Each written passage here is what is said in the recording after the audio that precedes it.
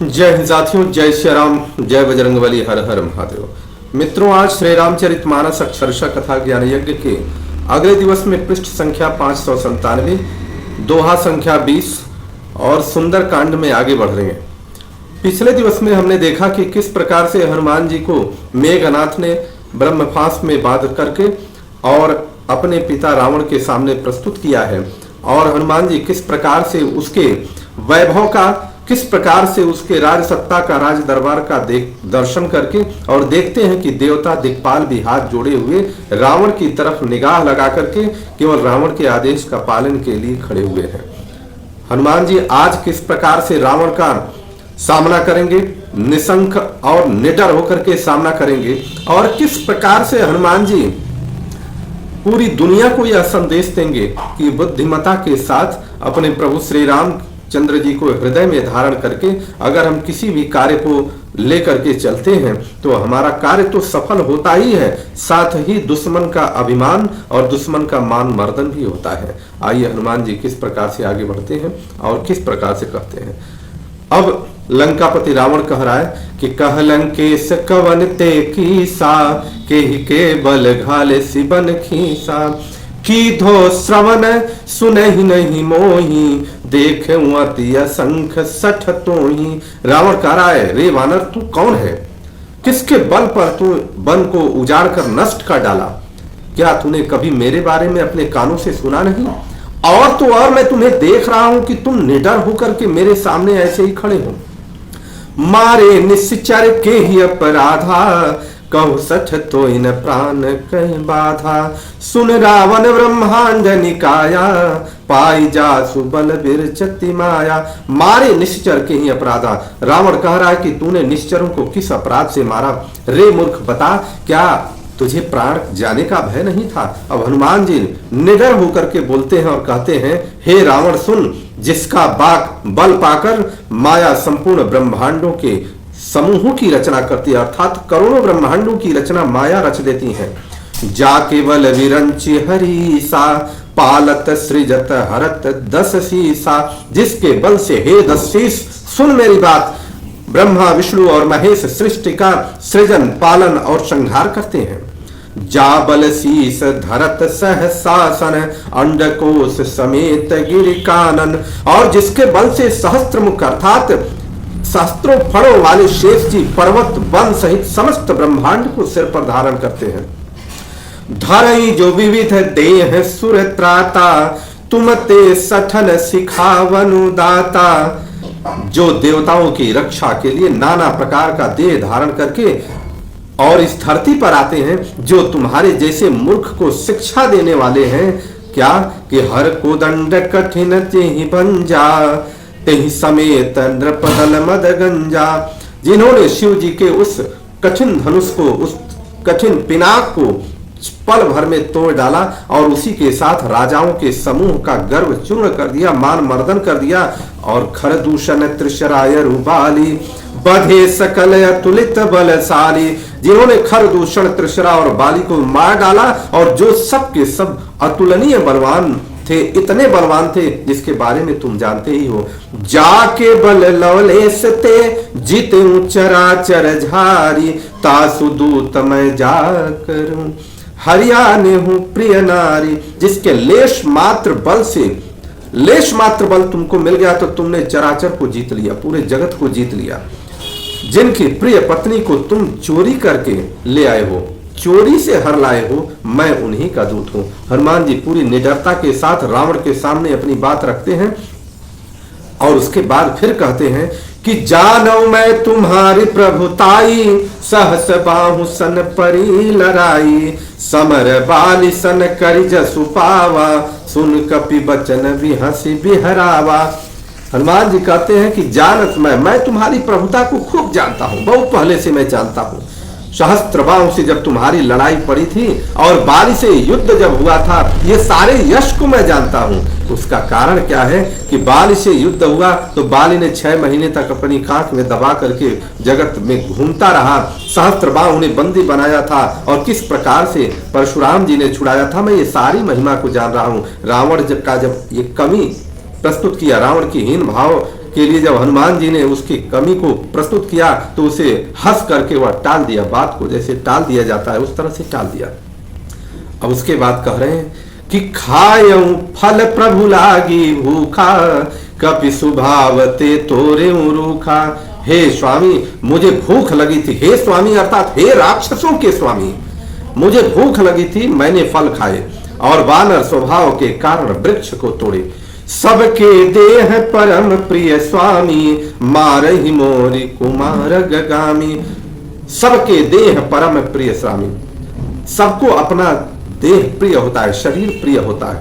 मारहि मोहि कुमार गगामी, कुमार्ग पर चलने वाले दुष्ट राक्षस जब मुझे मारने लगे तो जिन मोहि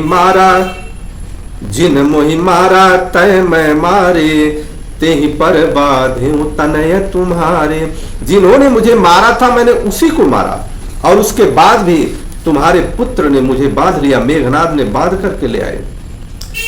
फिर हनुमान जी कितनी सुंदर बात कहते हैं कि जब अपने स्वामी का कार्य करने के लिए चलते हैं तो किसी भी प्रकार का लाज शर्म, किसी भी प्रकार का मान सम्मान अभिमान खत्म हो जाना चाहिए, तब जाकर के कार्य सिद्ध होगा। हनुमान जी कह रहे हैं कि मोहि न कछु बाधी कई लाजा, कीन्ह चाहूं निज प्रभु कर काजा। मुझे तुम्हारे पुत्र ने बाधा, इसका मुझे कोई भी शर्म नहीं है, मुझे कोई लाज नहीं है, क्योंकि मैं तो अपने प्रभु के कार्य को करना चाहता हूं। विनती करूं। अब हनुमान जी पहले उसको विनय के साथ समझा रहे हैं रावण को कि विनती करऊं जोरी कर रावण, सुनहु मान तजी मोर सिखावन। हे रावण मैं तुमसे हाथ जोड़ करके विनती करता हूं, तुम अभिमान छोड़कर मेरी बात सुन लो और सीखो इसको। क्या देखऊं तुम निज कुल ही विचारी, भ्रम तजी भजहूं भगत भयहारी। तुम अपने पवित्र कुल का विचार करके देखो और भ्रम को छोड़कर भक्त बहारी भगवान को भजो। पवित्र कुल का अर्थ रावण के जो पूर्वज थे कितने संत थे। अभी हनुमान जी कहते हैं कि जाके डरयति काल डराई, जो सुर असुर चराचर खाई। जो देवता राक्षस और समस्त चराचर को खा जाता है वह काल भी जिनसे डरता है। तासो बयरु कबहु नहीं की जय, मोरे कहे जान की दी जय। उससे कभी भी तुम बैर मत करो और मेरे कहने से तुम जानकी जी को दे दो। प्रणत पाल रघुनायक करुणा सिंधु खरारी, अगय शरण प्रभु राखी है तब अपराध विसारी। खर के शत्रु श्री रघुनाथ जी के शरणागतों के रक्षक और दया के समुद्र हैं। शरण में जाने पर प्रभु तुम्हारा अपराध भुलाकर तुम्हें अपनी शरण में रख लेंगे। हनुमान जी कह रहे हैं राम चरण पंकज उर धरऊं, लंकाय चल राज तुम करऊं। हनुमान जी कह रहे हैं कि श्री राम जी के चरणों को हृदय में धारण कर लोगे तो तुम पूरे लंका पर अचल राज करोगे, अर्थात तुमको कोई भी हटाने वाला नहीं रहेगा। अब कुल का भी वर्णन कर रहे हैं, उसके सामने ला रहे हैं कि ऋषि पुलस तेजस्सु विमल मयंका, तेहि शशि महु जनि होहु कलंका। ऋषि पुलस्त्य जी का यश निर्मल चंद्रमा के समान है और तुम उन्हीं के वंशज हो। उस चंद्रमा के कुल को तुम कलंक मत करो, कलंकित मत करो रावण। राम नाम विन गिरा न सोहा, देखो विचार त्याग मद मोहा। राम नाम के बिना वाणी शोभा नहीं पाती। मद मोह को छोड़ विचार कर देखो। क्या विचार कर कि वसनहीन नहीं सोह सुरारी, सब भूषण भूषित वर नारी। हे देवताओं के शत्रु सुनो, सब गहनों से सजी हुई कोई स्त्री अगर वस्त्रहीन हो अर्थात नंगी हो तो कैसे शोभा पाएगी, वह शोभा नहीं पा सकती। उसी प्रकार से कि राम विमुख संपत्ति प्रभुताई, जाई रही पाई बिनु पाई। राम जी से विमुख होकर जिसको धन वैभव प्रभुता जो भी मिली है वह उसी प्रकार से चली जाती है, उसका पाना न पाने के समान हो जाता है। सजल मूल जिन सरितन नाही, बरसी गए पुनि तब ही सुखाही। और कहते हैं जिन नदियों के मूल में कोई जल स्रोत न हो, वह वर्षा ऋतु जब बीत जाता है तो वह नदी सूख जाती है।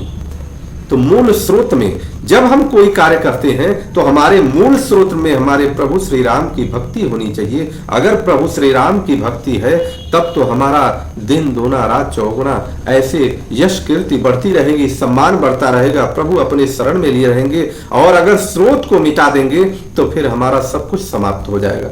सुनु दस कंठ कहूं पन रूपी, विमुख राम त्राता नहीं कोपी। हे रावण सुनो, मैं प्रतिज्ञा करके कहता हूं कि राम विमुख की रक्षा करने वाला कोई भी नहीं है। मैं तुम्हें बता रहा हूं। शंकर सहस विष्णु अज तोहि, सकहि न राखी राम कर द्रोही। ये प्रमाण है कि हजारों शंकर विष्णु और ब्रह्मा जी श्री राम जी के साथ द्रोह करने वाले तुमको बचा नहीं सकते हैं। श्री राम जी के भक्तों के साथ भी अगर कोई द्रोह कर दे वो भी नहीं बचाते हैं, क्योंकि यह अम्बरीश जी की कथा सभी लोग जानते हैं कि दुर्वासा जी को पूरे ब्रह्मांड में भागना पड़ा चक्र सुदर्शन के भय से।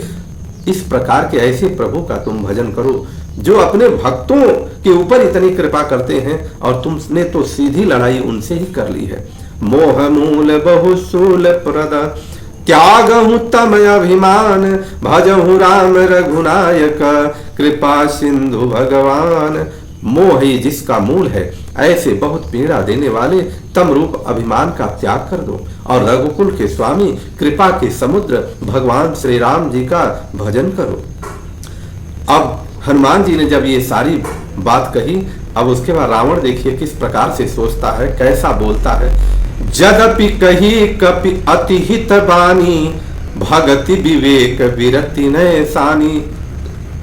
यद्यपि हनुमान जी ने भक्ति ज्ञान वैराग्य और नीति से सनी हुई वाणी ऐसी कही थी जो रावण के लिए हितैषी थी, वह वाणी हितकर थी, लेकिन कि बोला विहसी महाअभिमानी, मिला हमहि कपि गुर बड़ ज्ञानी। वह अभिमानी रावण हंस करके बोलता है कि अब हमको एक बंदर ज्ञानी गुरु मिल गया है और वो हमको शिक्षा दे रहा है, उसकी शिक्षा हम लेंगे।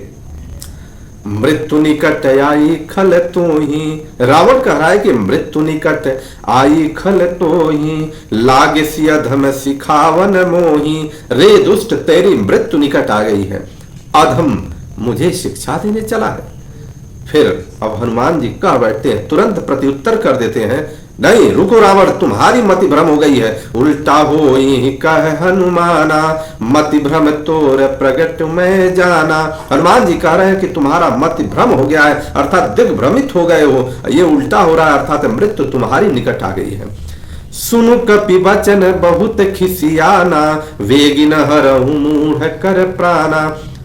हनुमान जी के वचन सुनते ही वह खिसिया जाता है, खींच जाता है, अर्थात कुपित भी हो जाता है और तुरंत कहता है कि इसको मृत्यु दंड दो, क्यों नहीं इसको जल्दी से मृत्यु दंड दे रहे हो। आदेश करता है। सुनत निशाचर मारन धाये, निशाचर जो सुनते हैं मारने के लिए दौड़ जाते हैं। सचिवन सहित विभीषण आए, विभीषण जी अपनी सचिवों सहित उसी समय उस रावण के दरबार में पहुंच जाते हैं। नाई शीस करि विनय बहुता, नीति विरोध न मारिय दूता। सिर नवा करके रावण के सामने विभीषण कहते हैं कि हे दशग्रीव, हे दशशीष, यह नीति के विरुद्ध है, किसी भी विदेशी दूत को नीति के विरुद्ध है मारना। आन दंड कछु करिए गोसाई, सबनी कहा मंत्र भल भाई। कुछ और दंड दे दीजिए, और सबने इस बात का समर्थन किया। सुनत बिहसी बोला दस कंधर। अब उसके बाद रावण हंस करके बोलता है कि अंग भंग करी पठई बंदर, इसका अंग भंग करके भेजो। अब अंग भंग क्या भेजना है? कपि के ममता पूछ परा, सब ही कहूं समझाए, अतेल गोर पट बाध पुनि, पावक देहु लगाई। मैं अब वो कह रहे सबके, ये जो कपि होते हैं, बानर होते हैं, इनकी ममता अपने पूंछ पर होती है, उसी में आग लगा दो, और जब ये पूंछहीन हो जाएगा तो इस पर आग लगाओगे तो यह पूंछहीन होगा। अर्थात किसी भी व्यक्ति का जो सम्मान का बिंदु होता है, अगर वो सम्मान के बिंदु पर ही चोट पहुंचा दिया जाए तो वह व्यक्ति उद्वेलित होता है। रावण इस प्रकार से व्यवहार करता है और कहता है कि पूंछहीन वानर तह जाई, तब सठ निज नाथ ले आई। जब पूछहीन होकर के जाएगा, बाढ़ होकर के जाएगा, तो वह अपने यह दुष्ट अपने नाथ को अर्थात अपने स्वामी को, जो मालिक है, उनको लेकर के आएगा। जिनके कीन्हि से बहुत बड़ाई, देखो मैं तिनके प्रभुताई। जिनका इसने बहुत बड़ाई किया है, मैं उसकी प्रभुताई देखना चाहता हूं। रावण जो है कि इस प्रकार से अभिमानित शब्द में बोलता है। बचन सुनत कपि मन मुस्काना, भय सहाय सारद में जाना। यह वचन सुनते ही हनुमान जी मुस्कुरा गए और मन ही मन सोचने लगे कि अब सरस्वती जी इसमें इसके बुद्धि में सहायक हो गई हैं। जिस प्रकार से कैकेयी जी के बुद्धि को फेर देती हैं तो रामचंद्र जी वन को चले जाते हैं, उसी प्रकार से अब हनुमान जी सोचते हैं कि कैकेयी जी, माता कैकेयी की तरह से अब रावण के ऊपर भी सरस्वती जी की अब बुद्धि, आग सरस्वती जी की कृपा हो गई है। अब इसकी बुद्धि भ्रष्ट हो गई है। अब हमारा काम सब कुछ, भाई सहाय सारद में जाना, अब जो मैं काम करना चाह रहा हूं उसमें माता सरस्वती जी ने सहायता कर दिया। क्या? क्योंकि उनको पता था कि लंका को जलाना है। त्रिजटा नाम राक्षसी का, त्रिजटा नामक राक्षसी ने बताया था। जातु धान सुनि रावण बचना, लागे रचे मूढ़ सोई रचना। रावण का वचन सुन करके जितने भी नगरवासी थे, जितने भी सैनिक थे, सब वो रचना रचने लगे और हनुमान जी ने खेल करना शुरू कर दिया। रहा न नगर वसन घृत तेला, बाढ़ी पूछ कीन है कपि खेला। इतना लंबा पूछ हनुमान जी ने बढ़ा दिया कि पूरे नगर के जो लोग भी थे सबके घर से तेल और बाती आ गया और हनुमान जी के पूछ में जैसे जैसे उनको लगा कि अब सारे घर से लगभग आ चुका है और जो श्री राम जी के भक्त हैं उनके घर से नहीं आया। इसी के कारण जब हनुमान जी आगे बढ़ेंगे, जलाएंगे लंका को, तो उन लोगों के घर को नहीं जलाएंगे। और वह खेल कर रहे हैं। सुरसा के साथ भी ऐसा ही उन्होंने किया था, अपना शरीर बढ़ा दिया था। आज यहां भी वही कर रहे हैं। कौतुक कह आए पुरवासी, मारन चरण पर ही बहुहासी। और इस कौतुक को देखने के लिए नगरवासी आ गए और हनुमान जी को चरण से, अपने पैरों से हनुमान जी को लात मार मार करके और खूब हंसी कर रहे हैं। और जितने लोग लात मार मार के हंसी करेंगे, हनुमान जी उस सब का हिसाब कर देंगे। बाजही ढोल देहि सब तारी, नगर फेरी पुनि पूछ प्रजारी। ढोल बजते हैं, सब लोग ताड़ियां पीटते हैं।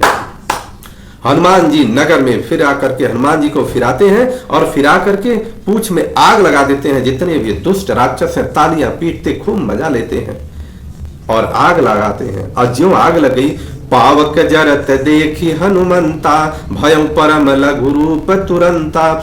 जो आग लगी त्यों हनुमान जी अपना छोटा रूप कर लिए और जो छोटा रूप कर लिए तो जितना कपड़ा और तेल था सब नगर में फैल गया, क्योंकि पूंछ तो बहुत दूर तक फैली हुई थी और कपड़ा तेल जो छोटा किए तो पूंछ भी छोटा हो गया और सब कपड़ा नगर में फैल गया। और फैल गया, नींबू की चढ़े कपि कनक अटारी, भई सभी तनि साचर नारी। और तुरंत ही वह कूद करके अटारी पर, सोने की अटारी पर चढ़ गए और ये सारे स्थिति को देख करके राक्षसों की स्त्रियां भयभीत होंगी। हरि प्रेरित ते ही अवसर, चले मरुत उनचास, अट्टहास करि गर्जा, कपि बढ़ लागे आकाश। उस समय भगवान की प्रेरणा से 49 पवन चलने लगे। हनुमान जी अट्टहास करके गरजे और बढ़कर आकाश में जा 49 पवन, सब चारों तरफ से अब हाहाकार मच गया और हनुमान जी पूरे लंका को अब जलाने की प्रक्रिया प्रारंभ कर दिए हैं। इस प्रकार से हनुमान जी के साथ कोई द्रोह करेगा, कोई विवाद करेगा, हनुमान जी की किसी भी प्रकार की बुराई अगर मन में भी हनुमान जी के प्रति आता है तो ये भाव होता है, प्रभु श्री राम जी का जो भी शरणागत नहीं है या प्रभु श्री रामचंद्र जी की बुराई करने में, प्रभु श्री रामचंद्र जी के विरोध में अगर कोई भी कार्य किए जाते हैं तो उसका सर्वनाश निश्चित है। हनुमान जी स्वतः सर्वनाश करेंगे।